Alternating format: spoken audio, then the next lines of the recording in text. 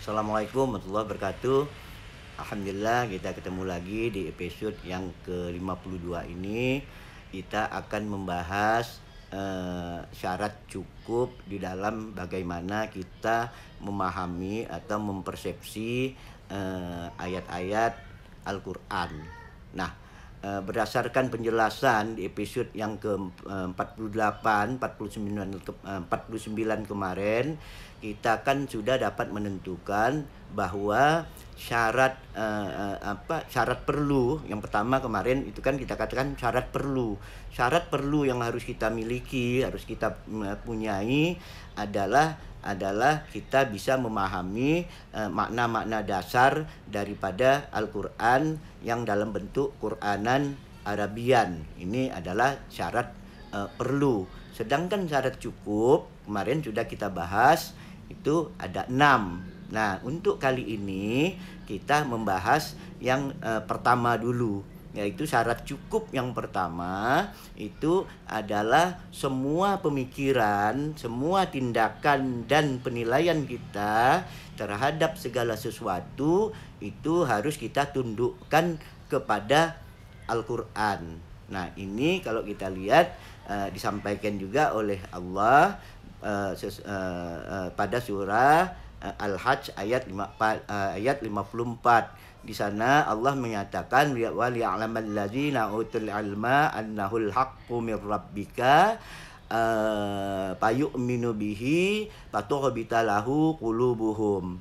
Jadi orang-orang yang memiliki ilmu pengetahuan itu dan dia kemudian paham dan tahu bahwa Al-Quran itu adalah dari Tuhan, adalah sesuatu yang hak, maka seluruh pemikiran dan tindakannya itu harus dia tundukkan kepada Al-Quran. Selanjutnya ayatnya dilanjutkan, wa innallaha lahadil ladzina amanu ila siratim mustaqim. Nah, dengan begitu nanti Allah akan memberi petunjuk kepada orang-orang yang beriman kepada jalan yang lurus. Nah, ayat ini menjelaskan kepada kita antara lain yang pertama, orang yang memiliki ilmu pengetahuan, jika dia mempelajari Al-Quran, dia akan tahu bahwa Al-Quran itu hak, Al-Quran itu benar dari Tuhan.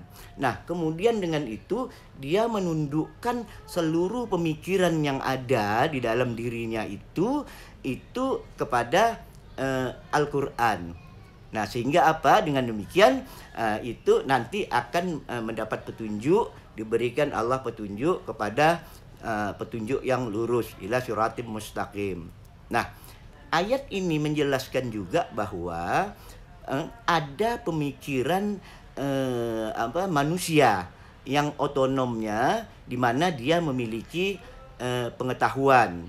Nah, ada juga sesuatu yang hak yang disebut Al-Quran yang di luar pemikiran manusia.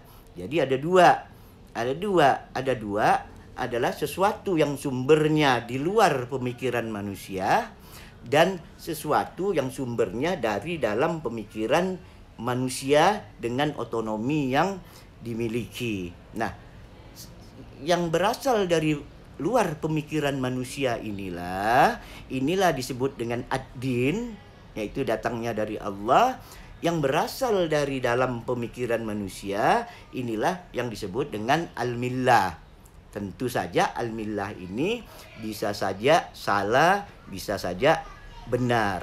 Nah, jika al-millah ini benar, yaitu yang benar itu di mana ditundukkan kepada ad-din, nah ini harus diikuti, bisa dijadikan rujukan. Bahkan Rasulullah Shallallahu Alaihi Wasallam pun itu diingatkan, sampaikan oleh diwahyukan oleh Allah di surah An-Nahl ayat 123 itu Allah menyatakan wa ayhayna ilaika anittabi'u millata Ibrahim Hanifa. Nah, dan kami wahyukan kepadamu ya Muhammad, ikutilah millah Ibrahim yang hanif. Kenapa? Karena kita tahu di dalam Al-Quran cerita tentang Nabi Ibrahim, semua pemikiran-pemikiran millah Ibrahim itu semuanya logis, semuanya tidak bertentangan dengan hukum-hukum wujud material. Nah, oleh sebab itu Allah memerintahkan kepada Rasulullah supaya mengikuti juga apa yang disampaikan oleh millah Ibrahim alaihissalam. Nah, ini yang perlu syarat cukup gitu. Nah, tadi kan kita katakan bahwa millah pemikiran pribadi, millah itu bisa salah, bisa benar. Sedangkan ad-din itu pasti benar. Nah, ini juga disampaikan oleh Rasulullah Shallallahu Alaihi Wasallam di dalam hadisnya. Rasulullah mengatakan bahwa faiza amartukum min dinikum. Nah, kalau seandainya aku memerintahkan segala sesuatu kalian kepada berasalkan ad-din, fahuzuhu, ikutilah, kata Rasulullah. Nah, tapi faiza amartukum min ra'yi, kalau yang aku perintahkan itu berdasar daripada ra'yi, pemikiran, pendapat pribadi aku, innama ana basyarun, kata Rasulullah, aku hanyalah manusia biasa. Jadi bisa salah, bisa juga benar. Nah, jadi syarat cukup yang pertama dalam membentuk persepsi, berarti semua pemikiran, semua tindakan dan penilaian yang berasal dari kata orang, ibaratnya kan sesuai dengan tema kita, semua pemikiran dan tindakan dan penilaian yang berasal dari kata orang ini harus diverifikasi, harus dirujuk, harus ditundukkan kepada apa kata Tuhan. Dengan bahasa Al-Qur'annya, al-millah harus ditundukkan kepada ad-din. Nah, contoh misalnya al-millah harus ditundukkan kepada ad-din. Apa kata orang harus ditundukkan kepada apa kata Tuhan. Nah, misalnya kita berikan contoh. Misalnya contoh kata orang, ya kan? Dan sering kita mendengar bahwa semua kejadian di dunia ini telah ditetapkan oleh Allah, dicatat oleh Allah, dan disimpan di Lauh Mahfuz. Ini kata orang. Kata orang ini sering kita dengar di ceramah, di masjid, bahkan di literatur yang kita baca, yang dikarang oleh para ulama, para intelektual. Banyak pernyataan seperti ini bahwa hidup sudah ditetapkan, sudah ditulis dan disimpan di Lauh Mahfuz. Nasib kita disimpan di Lauh Mahfuz.